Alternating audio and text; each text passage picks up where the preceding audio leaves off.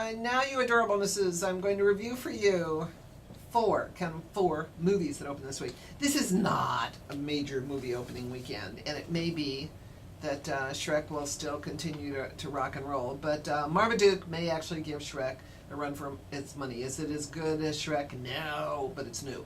All right, let me tell you the four movies. Finding Bliss, Get Him to the Greek, Marmaduke, and Living in Emergency.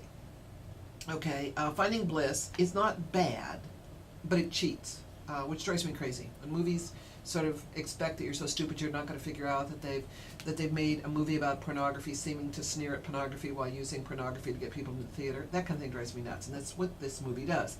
Lily Sobieski, who's cute, plays an NYU film graduate who's awarded the top honors by none less than Gary Marshall, who's actually in the movie, goes out to Hollywood thinking that that she's now going to be a movie director, and ends up directing Traffic. She finally gets offered a job in the movies, but it's the porn industry. So she's a porn movie editor by day and a director by night. And the cuteness of the movie, again, it seems to be sneering and turning up its nose at pornography while shooting porn scenes. And the porn actors are now, through things that only happen in the movies, cast as the legitimate actors in her movie at night. The only funny scene in the entire movie, and it's like, I'm trying to figure, I think it's like a 2-hour movie, is that the porn stars are all doing these outrageously sexy things when they're falling asleep because they're working so much. I think that was funny. The rest of it, the other cheat is that Matthew Davis plays the porn star director, and he's a hottie. I mean, if he looked like most directors, they're not hotties. If they're hotties, they become actors, not directors. What can I tell you? So Finding Bliss is sort of an interesting idea that I think cheats a lot. I know it's the darling of the, I don't know, the independent film circuit or something. I just found it sort of irritating. It's also rated R, strong sexual content, graphic dialogue, nudity, and for language. I'll tell you who's terrific in it, though, is Kristen Johnson from Third Rock. She's wonderful. I've seen her in a bunch of stuff, and I think she's an underrated actress. She's wonderful in everything. She brings kind of a droll sense of humor, and she may always be playing herself, but I don't care. She's really fun to watch. Jimmy Kennedy is also in it. Denise Richards is in it. And if you can't figure out the ending, Finding Bliss is not necessarily finding your bliss, which is the double entendre here, but that Bliss is the porn star. If you can't figure this out, even for what I'm telling you, you're not paying much attention. You're going to figure out in the first frame of the movie. Okay, Get Him to the Greek. I thought this was about college fraternity or something. It's not. Jonah Hill plays a kind of a nerd who works for Sean Combs. I don't think Sean Combs is much of an actor, but he is terrific in this movie. He plays a kind of foul-mouthed, charismatic head of a record company. Duh. And he's wonderful. The idea is that Jonah is living with his girlfriend, who's a physician, and feeling deprived because she's always too tired for sex. And I don't know why they cast him in this particular one, because everybody else is kind of hip and young and svelte, and he is not any of the above. But he comes up with this idea that they should do a retrospective of this sort of nutty British singer. And the idea is that Russell Brand plays the singer. And Russell Brand is hot. I mean, he's kind of the new flavor of the week, but he's also funny, charismatic, good-looking, sings well in this one. And I thought the movie was predictable, stupid, and a waste of time, but I thought Russell Brand was terrific. So, and Sean Combs was as well. So if you are a Russell Brand fan, and Katy Perry is, so why shouldn't we all be, this may be a movie that's worth struggling through. If not, I'd miss it. I mean, it'll do okay on DVD, and it's much more a TV sitcom kind of movie than anything else. We've seen it all before, right? The nerd sort of getting co-opted into the off life. The one of the other reasons to see this movie is Colm Meaney, who plays Russell Brand's sort of ne'er-do-well father, who is a band musician in Las Vegas, and he's a fine actor. We're used to seeing him in serious Irish drama with the IRA, and this one he plays with a guitar, and he's adorable. But this is, I'm making it sound like it has redeeming value, and Russell Brand is really the redeeming value. And if you love him, go see the movie. If don't, I'd stay away from it. Okay, that gets us to Marmaduke. I know. Everybody's going, ah, Marmaduke. Well, all right, let me tell you the good news about it. And, I'm trying to be open-minded. I didn't see Splice, I admit. And I was talking with people in the theater, and I said, should I go see Splice? And they said, you're going to hate it. I said, well, I hate it. And they said, absolutely. It's gory, it's unpleasant, it's supposed to be scary, and it's stomach-churning. Good, all the things I like. Reviewing horror movies is a waste of time for me, because I hate them. And I watch the whole thing through my fingers, so what are you going to do?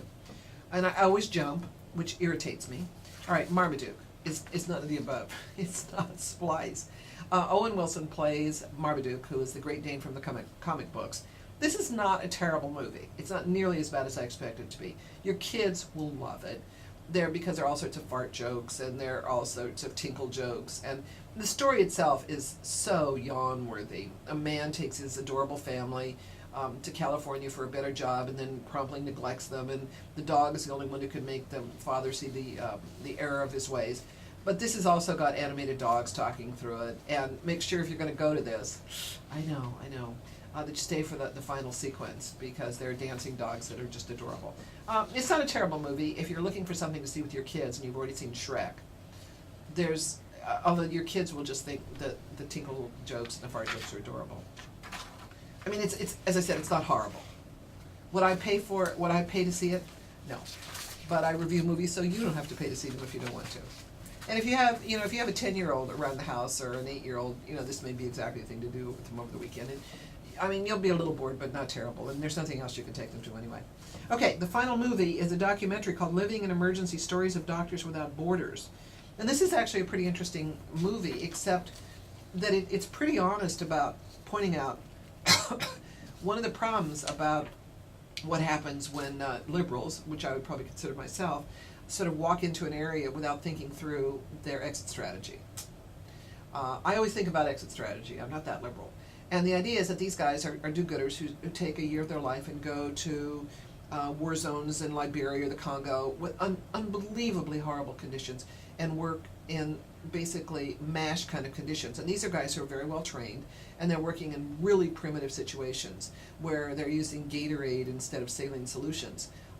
And what happens is they're not only dealing with the war victims, but they're dealing with the population as a whole, quite often who have never had any exposure to doctoring whatsoever, to medicine whatsoever. Then they leave.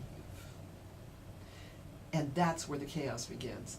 And it seems to me that the solution to this is obvious, that in addition to sending in a doctor to deal with the war casualties, what you do is you send in physician's assistant to deal with the population, so you're teaching them how to take over, because we're talking about bare bones medicine. We're not talking about anything that would even be acceptable in the poorest sections of first or second world countries, really. So the idea is that you give the people something to leave behind, so that you're not leaving them high and dry as they, for the first time in their life, had a doctor, their first time in their life had immunizations, first time in their lives had antibiotics. And then you leave and you take all that stuff with you, and the population is understandably furious.